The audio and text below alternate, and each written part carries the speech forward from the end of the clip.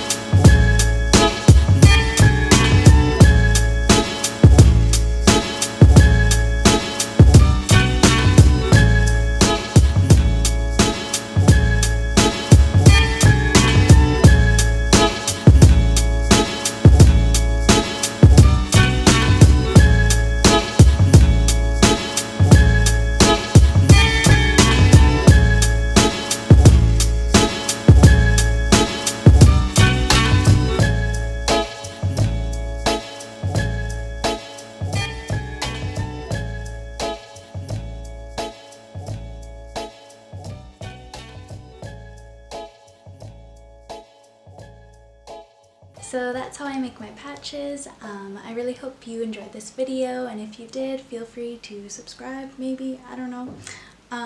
But anyways, if you have any questions, feel free to contact me. My info is always in the description, and yeah, thank you so much for watching. I'll see you next time. Bye.